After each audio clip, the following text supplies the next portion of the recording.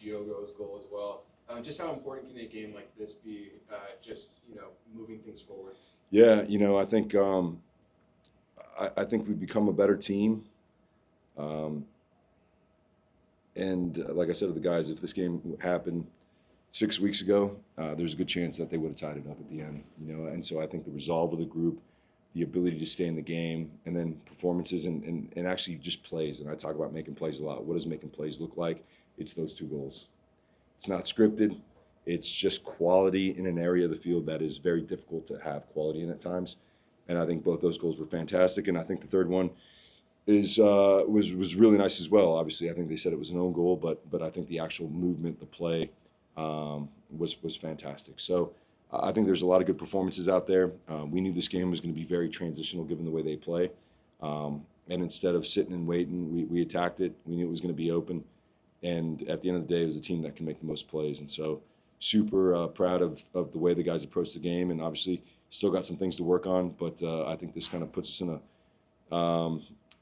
the right frame of mind, like you said, confidence. And now taking 7 points in the last 3 games, we're moving in the right direction. And we just got to double down on holding ourselves accountable to be the best version of ourselves we can be. You mentioned not giving up that third goal, but they were close to the header at the end from Klaus. What needs to improve there on the defensive end? Yeah, it's tough. I think Dom came into the game, and the game was the game. What the game required was really focused, engaged defensive actions.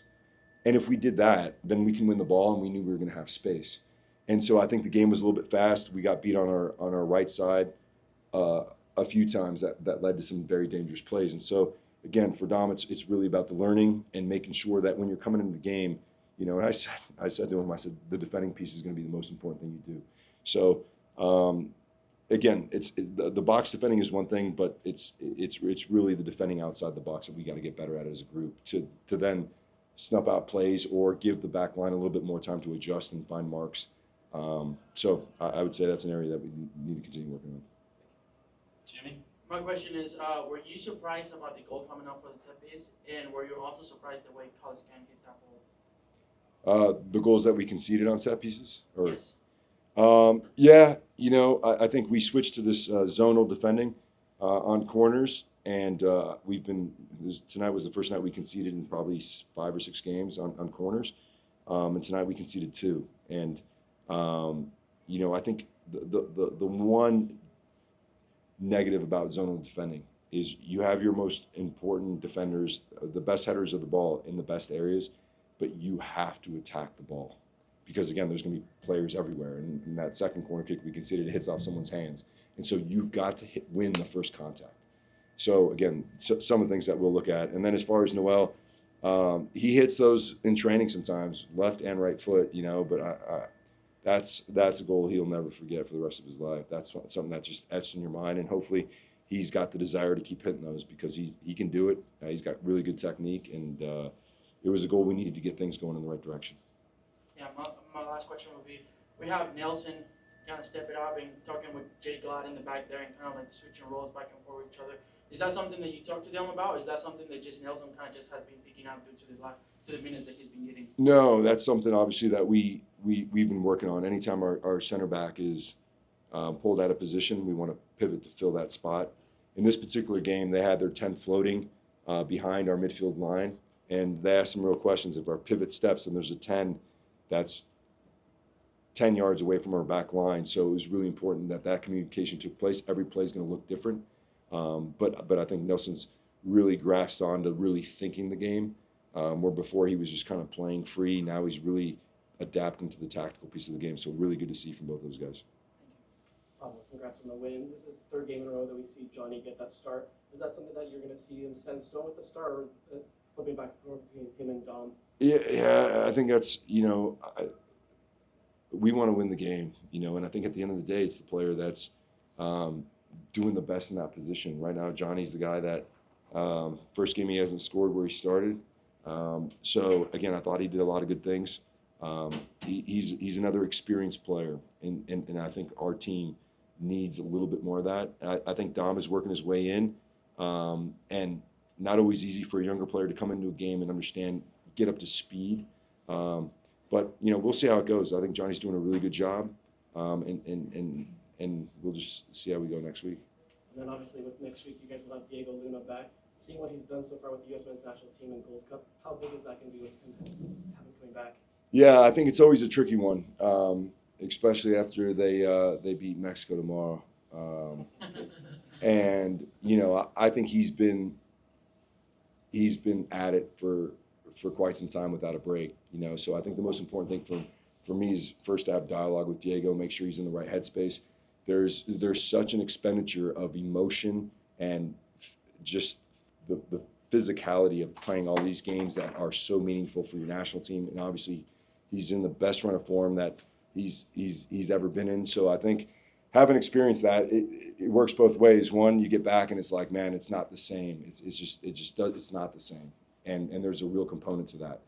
So the most important thing is that he's in the right frame of mind to help this group move forward. If he needs to come into the game, we'll look at that. But my feeling is that Diego doesn't stand for that, and he gets in there and he rolls up the sleeve and he goes again. But I think it'd be remiss for me not to have that conversation with him. But just super proud of what he's been able to do, both with our team this year and with the national team. And he's in an unbelievable position to be one of the best players in MLS. Pablo, congratulations on the win. 3 points or 3 points. Are you anything to be concerned about? It looked like a game that you had the opportunity to really kind of close it out and just kind of take control of the turnovers and some play in the box. Any thoughts on what concerns you about this game? No, the game of soccer is all about moments, and when they score off a set piece, it completely changes the psychology of our team and the psychology of their team, right? I think, like I said earlier, I think there's a ton of areas that we can clean up. There was a bunch of giveaways when that actual play didn't provoke any threat to give the ball away, right? So that's just sharpness. And a couple times it happened when they were playing off us a little bit, so we feel like really calm and really laxed. When the idea is your body's calm, but your mind is firing at 100 miles an hour. And so it's a bit of a dichotomy that you have to understand, that we want this sharp, we want chest up, eyes open, we want super big eyes, not calm eyes, slouch position, just because they're playing off of us. And so I think that's a good point, and that's more from a game management perspective. I think tactically, we knew what we were getting into with these guys. We knew it was going to be wide open, and we knew it was going to be about the team that made the most plays. And fortunately for us tonight, we were able to do that. What are your thoughts on Diego Gonzalez? He's had a couple of great games the last couple, and he looked really good. Yeah, he's been awesome, man. He's been awesome. And I showed some clips from the last DC game because we thought they were going to apply the same type of pressure.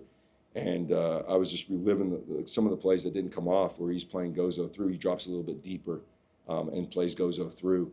So it's been the first time, I think, in the last few games where Diego's been playing with two guys ahead of him that run.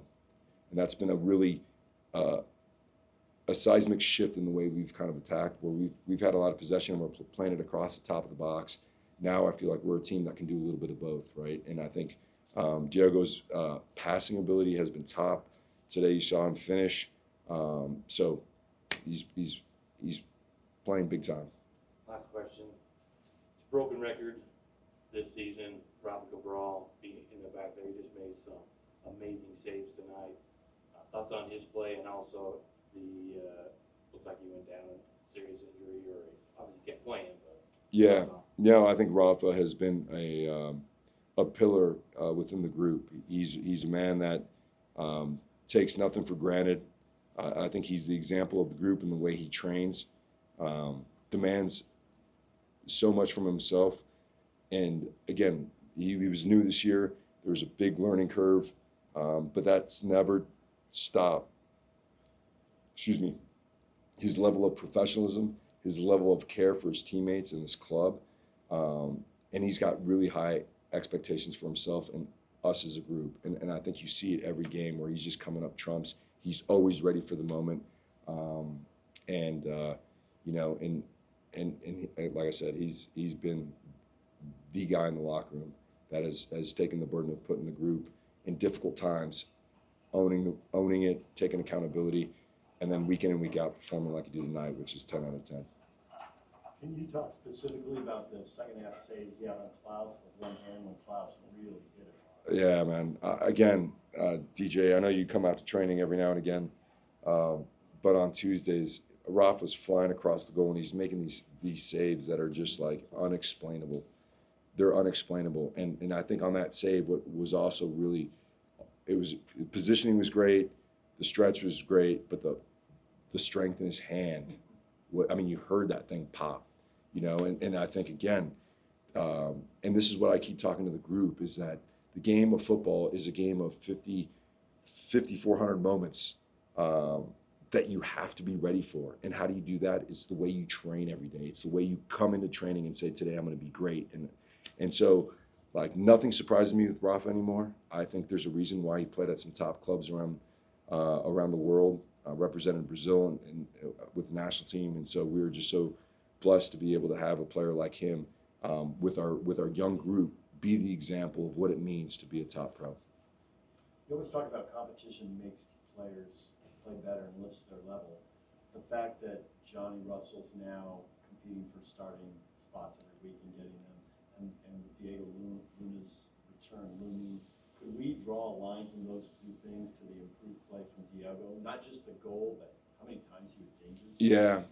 Yeah. I mean, I think, again, I think Diogo, he went through a tough time, and I think there's two ways you can go through tough times. You can drop tools, or you can show everyone what you're capable of. And I think he showed us in the last 4 or 5 games his level. You know, I think the decisions that he makes, and so like the calm he brings to us in the attack, the plays he makes with the ball as far as setting his teammates up, and then tonight was the icing on the cake, where it was one of the nicest goals we've seen all year. And so I think that's competition. I think there's also this desire to keep pushing the envelope, man, just to keep going. And so I'm really proud of what Diogo's been able to do. He's been a catalyst to our attack, and will continue to be moving forward. You created a lot of chances. You scored 3 goals for only the second time this year. For a team that's been bottom 5, do you feel like you're figuring that out a little bit? Yeah, I mean, I think every game's different. I think last game we could have scored a couple more. Their players made plays on the goal line so like the only thing we can do is continue to work on what we do, knowing that there's always an opponent trying to thwart everything that we're going to do. And so, like, on any given day, we could possibly score 3 goals. But tonight, what I'm proud of is we took those opportunities, and we got, that third goal. Diogo got in behind the back line, and Gozo busted his tail to get in front of goal. So these are the things that we're talking about, and it improves your chances. Even if you don't score the goal, if you get to the spot, you're asking real questions of the back line and the goalkeeper. And so that's all we can continue to do. The guys are doing great. And yeah, just super proud of the group. Will 3 games in 8 days give you a chance to kind of sort things out now, because you have Farah back who's competing for a spot at center back? You could get 2 defensive midfielders back, so it'd be 4 players for 2 spots there. Luna adds an extra attacker. Yeah, I think the guys are coming back into a group, and it's also when you come into the group too, that's really important. If you come in a group when you're not getting results, it's always difficult for these guys to come in. When you're in a good, 3 games where, we've accumulated some points, it's a lot easier. It's amazing. Injuries recover quicker, right? Mindsets are different. They want to now jump in and step on a treadmill that's already moving. It's a lot easier than having to motivate yourself to go. So I feel like, again, I said this earlier, where I think the difficulties we had in the first part of the season affected the group in a way that's provoked the best training sessions we've had and some of our better performances. So yeah, getting these guys back, getting these guys healthy, and getting everyone compete in the right way is the only way to move forward in the table. Pablo, quería hablar un poco acerca de Diego Luna, que está teniendo una gran Copa Oro. Se ha visto el interés del Club América para este mercado de transferencias, para que llegue. Ya se le habló con Diego Luna y dijo que sí, a lo mejor está esa posibilidad, pero aún no sabe. Para el Rausodek es una pieza que es inmovible en este momento, que no lo quieren dejar ir para que se quede toda la temporada. Mira, yo creo que con cada jugador la situación es diferente. Y lo único que puedo comentar es el Diego no hace, no hace que somos un mejor equipo si está con nosotros. Pero cada situación con jugadores, es por arriba, no puedo comentar en ese tema, pero como entrenador, yo creo que has sido el jugador clave en la primera parte de la temporada. Ahora vas con la selección, estás jugando de 10 puntos y ahora va a regresar con nosotros. Y espero que seguimos ganando, así cuando llega el lunes a mejor, si no necesita un poco de descanso. Pero para mí es un jugador clave que podemos armar el club alrededor de jugadores como Diego. With every player, these situations are constantly different. It's hard to comment on situations like this, but as a coach, I can tell you that so far this season, he's been a crucial player to our team and for the season as a whole getting results. Thanks, Pablo.